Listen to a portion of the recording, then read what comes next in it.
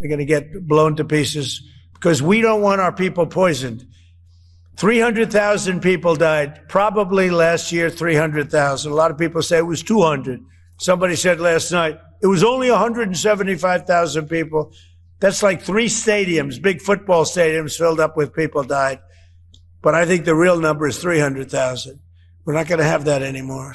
And our adversaries will know when the Trump-class USS Defiant appears on the horizon, American victory at sea is inevitable. Thank you, Mr. President. Now, when a conflict arises, you are going to ask not one, but 2 questions. Where are the carriers and where are the battleships? Thank you. I actually threw them out of Mar-a-Lago. And as a person that was in Mar-a-Lago, I threw them out. This is Mar-a-Lago. It's the hottest place I think it's the hottest place in the world, but it's the hottest place in Florida.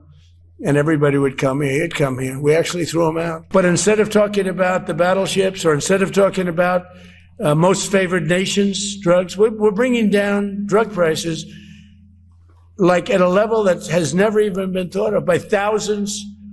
Think of it, by 1,000%, by 1,200, 1,300, 1,400% in some cases. A drug that sells for $10 in London is costing $130 in New York. We're bringing it down to $20, and they're going to go up to 20. So they're going from 10 to 20, which is a doubling. It's a doubling. That's a lot, but it's a doubling. But we're going down to 20. So we're going down, if you can do your own math, but it's 2,000%, 3,000%. Let me start by saying what we all just witnessed might be one of the most unhinged displays of presidential conduct I've ever seen unfold in real time. We're talking about a press conference that was supposed to be about naval vessels, about military strength, about American maritime power. Instead, what we got was a rambling, defensive, deeply troubling window into exactly how Donald Trump operates when he's cornered. And believe me, he's feeling cornered right now. Bill Clinton just threw down the gauntlet in a way that nobody expected. He came out publicly and said something that should be simple, something that should be obvious. Release all the Epstein files, not bits and pieces, not carefully curated photographs that serve a political narrative. Everything. Total transparency. Clinton's message was crystal clear. If Trump wants to play this game of selectively leaking documents and images to damage his opponents, then let's stop playing games altogether. Put it all out there. Let the American people see the full picture, not just the fragments Trump wants us to see. Now here's where things get really interesting. Trump was supposed to be talking about renaming Navy ships. He was supposed to be projecting strength, talking about American military dominance, doing the whole strongman routine that his base apparently loves. But instead he couldn't help himself. He had to address the Epstein situation. And when he did, what came out of his mouth was absolutely stunning. Trump starts going on about how he's actually friends with Bill Clinton, how he likes Clinton, how he respects him, how terrible he feels that these photos of Clinton are circulating. He's expressing sympathy for Clinton and others whose images have surfaced in connection with Epstein. Think about that for a second. This is the same Donald Trump who spent years attacking the Clintons, calling them corrupt, leading chants of "lock her up" at his rallies. But now, suddenly, when the Epstein files are becoming a problem for him personally, Clinton is his buddy. They've always gotten along. They respect each other. It's remarkable how quickly Trump's rhetoric shifts depending on what serves his interests in any given moment. He's essentially admitting that he doesn't want these files released because they implicate people he knows, people he's connected to, people in his social circle. He frames it as concern for others, but what he's really doing is protecting himself. Then Trump tries to pivot, acting like we should all just move on from the Epstein story. He literally asks if we're done talking about this yet. Can you imagine that? The American people are demanding transparency about a major sex trafficking operation that involved powerful figures, and Trump thinks we should just drop it because it's inconvenient for him. He wants to talk about his tremendous success instead. He wants to redirect our attention to these naval vessels he's renaming. But here's the problem. There's a law on the books called the Epstein Transparency Act, and Trump is actively violating it by refusing to release these documents in their entirety. This isn't about political deflection. This is about accountability and the rule of law. Trump keeps insisting he never went to Epstein's island. He brings it up unprompted, which is always a tell when someone's feeling defensive. He mentions that other people went there frequently, like Larry Summers from Harvard, but emphasizes repeatedly that he never did. The way he talks about it is strange too. He says it was fortunate that he never went, calls it nice, even, but maintains his distance. It's this weird acknowledgement that, yeah, Epstein had this place where disturbing things happened, but Trump wants us to believe he was somehow adjacent to all of it without ever participating. He was in the same social circles, attended the same parties, knew the same people, but we're supposed to accept that he drew some moral line that others didn't. By the way, I am trying to do my best to gather all the information I can for you and share it with you. Please leave your likes and comments, and I would be grateful if you subscribed. Let's continue. What really exposes Trump's strategy here is how quickly he tries to change the subject to Greenland. This is classic misdirection, and it's not even subtle. When the Epstein questions get too uncomfortable, suddenly we need to have an urgent national security discussion about taking Greenland from Denmark. Let me be clear about what's happening here. Denmark is a NATO ally. Greenland is part of the Kingdom of Denmark. What Trump is proposing isn't just aggressive foreign policy, it's potentially a violation of international law and a betrayal of our alliances. He's appointed Jeff Landry, the governor of Louisiana, and a complete loyalist, as some kind of special envoy to essentially orchestrate what sounds like a territorial grab. Trump's justification is that we need Greenland for national security because Russian and Chinese ships are in the area. But here's what he's not telling you. Greenland already cooperates with the United States on defense matters. We have military installations there. We have agreements in place. What Trump is really talking about is seizure, not security cooperation. He wants control, wants to plant the American flag there, wants to expand in a way that echoes colonial impulses from centuries past. And the fact that he's using this as a distraction from the Epstein files makes it even more cynical. But Trump doesn't stop with Greenland. During this same chaotic press conference, he starts threatening the president of Colombia. He tells him to watch his ass because Colombia produces cocaine. Trump claims there are 3 major cocaine factories that we know the locations of, and he's warning Colombia's leader to shut them down or else. Think about the implications of what he's saying here. The president of the United States is publicly threatening military action against a sovereign nation in South America over drug production. He's not talking about diplomatic pressure, economic sanctions, or international cooperation. He's talking about force, about making them watch their ass, about consequences that sound military in nature. Now Trump tries to soften this by saying he loves the Colombian people, calls them energetic and smart and great, but their leader is a troublemaker who needs to watch out. This is the pattern with Trump. He creates these artificial distinctions between governments and people to justify whatever aggressive action he wants to take. He did it with Venezuela. He's doing it with Colombia. He's setting up a framework where American military intervention anywhere in Latin America can be justified under the guise of fighting drugs. And the scary part is, his base eats this stuff up. They hear tough on drugs and protecting America without thinking through what it actually means for international relations and regional stability. Then, Trump starts bragging about how many planes he's sold. He claims he's sold more planes than any president in history, by a factor of 20. He's talking about commercial aircraft, fighter jets, Apache helicopters, selling to countries like India and others. But here's what should concern everyone. Trump is treating the sale of advanced American military technology like it's just another business deal. He's not considering the strategic implications of who gets access to our weapons systems. He mentions Saudi Arabia, he mentions various other nations, and he seems proud that he can move this equipment quickly without the usual waiting periods. What Trump doesn't seem to understand, or more likely doesn't care about, is that previous presidents were cautious about these sales for good reasons. You can't just hand out fighter jets and advanced helicopters without considering how they might be used, whether they might end up in the wrong hands, whether the technology could be reverse engineered by adversaries. There are national security implications that go beyond the immediate profit. But Trump sees it as a win because he made the sale happen. And there's another layer here that's even more troubling, the quid pro quo. What is Trump or his family getting in return for expediting these sales? What business deals are being made on the side? We've seen this pattern before with the Trump Organization doing business in countries where American foreign policy conveniently shifts in their favor. The press conference gets even wilder when someone asks Trump about the Venezuelan oil that the United States has seized. We're talking about ships carrying millions of barrels of oil that have been intercepted. The reporter wants to know what the plan is. Are we going to sell it, add it to strategic reserves? What's the strategy here?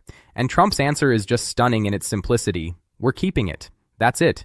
We're keeping the oil, we're keeping the ships, and maybe we'll sell it. Maybe we'll store it, but it's ours now. This is essentially piracy dressed up in the language of national security. The United States is seizing assets from another country, and Trump is treating it like he just won the lottery. Think about how this looks to the rest of the world. We're not talking about sanctioned goods or contraband in the traditional sense. We're talking about petroleum, a commodity that Venezuela relies on for its economy. Trump is effectively waging economic warfare by seizing these resources, and he's doing it without any clear legal framework or international consensus. He's just declaring that we're taking it because we can. This is the kind of action that undermines America's credibility on the world stage. How can we claim to support international law and order when we're literally stealing another nation's resources? But Trump takes it even further. When asked if this policy applies only to Venezuela, he says no. It applies anywhere drugs are coming from. Any country that he decides is sending drugs toward the United States could apparently face similar seizures or even military action. He throws out this number, claiming 300,000 Americans died from drugs last year, though he admits other people say it was 200,000 or 175,000. He settles on 300,000 because he thinks that's the real number, which is just him making up statistics to justify whatever policy he wants to pursue. 3 football stadiums full of dead Americans, he says, and we're not going to tolerate it anymore. Now, nobody is arguing that drug deaths aren't a serious problem. The opioid crisis, fentanyl coming across borders, addiction destroying communities, these are real issues that need real solutions.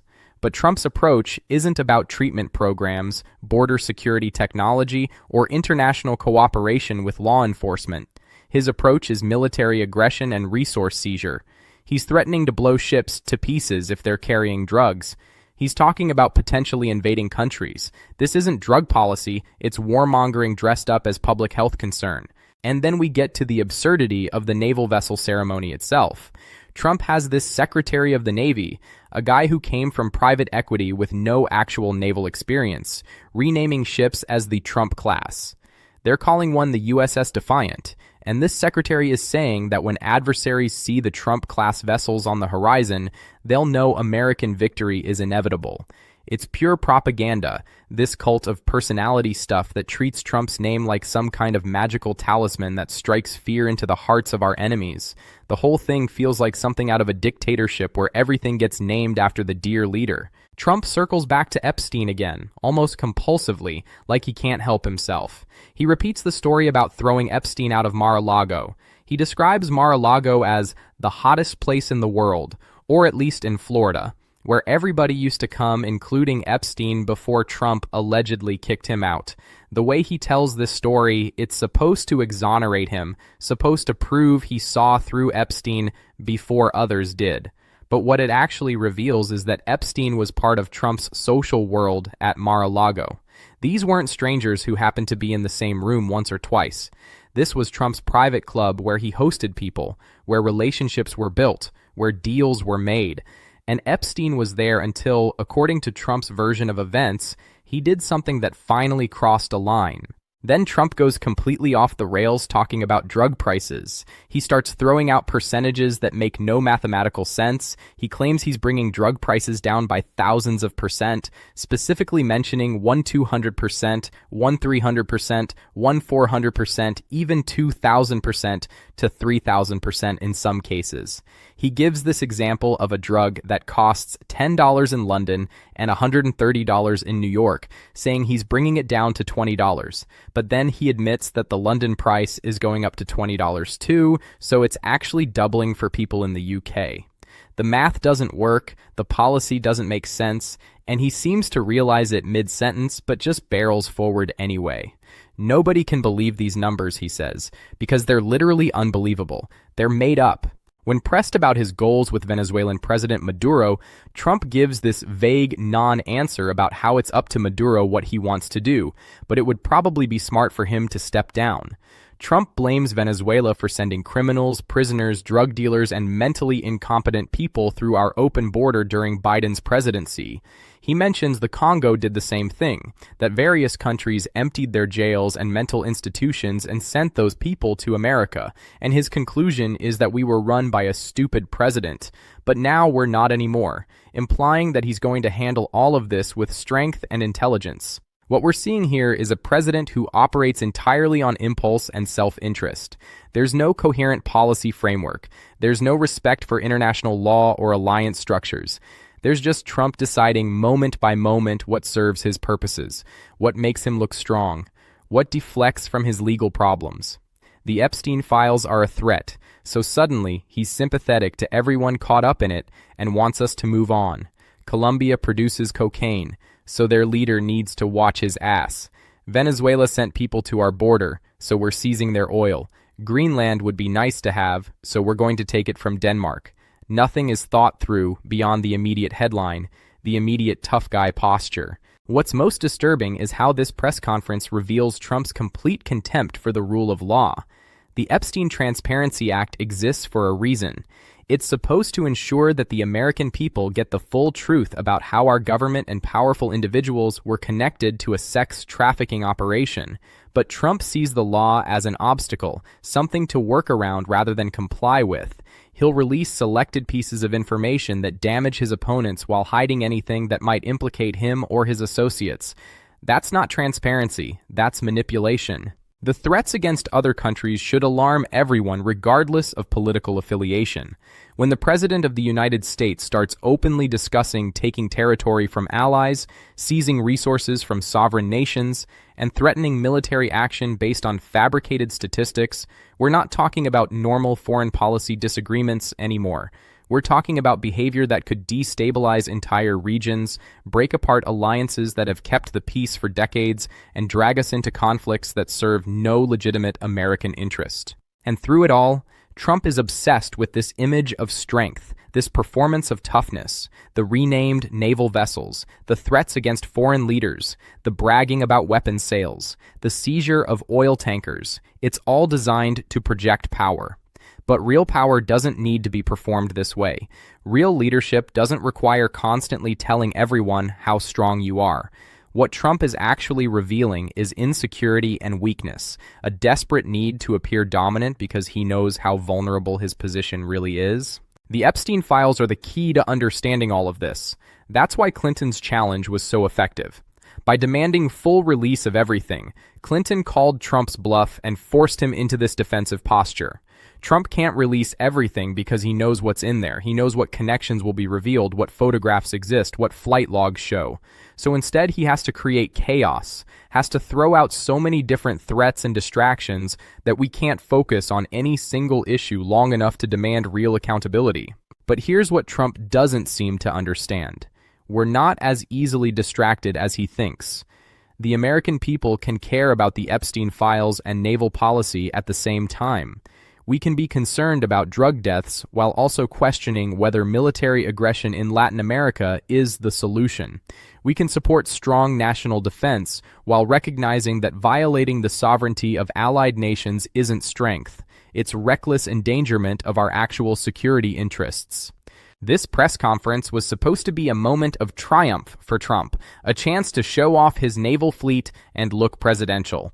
Instead, it turned into a confession of sorts. He admitted he's protecting people connected to Epstein, including himself. He admitted he's willing to violate international norms to seize territory and resources. He admitted he makes up statistics to justify his policies.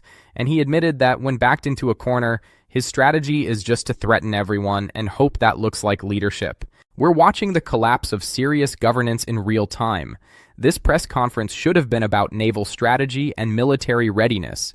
Instead, it became a window into Trump's psychology, his fears, his methods of manipulation, and his complete unsuitability for the office he holds. The fact that his supporters see this performance and think it demonstrates strength rather than weakness shows how successful Trump has been at redefining what leadership means. But the rest of us need to stay focused on what's actually happening. A president violating laws, threatening allies, seizing foreign assets, and desperately trying to cover up his connections to a sex trafficker. Bill Clinton threw down the challenge: release all the Epstein files. Trump's response was to ramble about how much he likes Clinton, threaten multiple countries, claim credit for naval vessels, make up statistics about drug prices, and ask if we can please just move on from the whole Epstein thing. That's not the response of an innocent man. That's the response of someone who knows exactly what's in those files and will do anything to keep them secret. The question now is whether Congress and the American people will let him get away with it, or whether we'll demand the transparency and accountability that the law requires. Based on what we just witnessed, Trump is betting that he can distract and threaten and bluster his way out of this. We need to prove him wrong.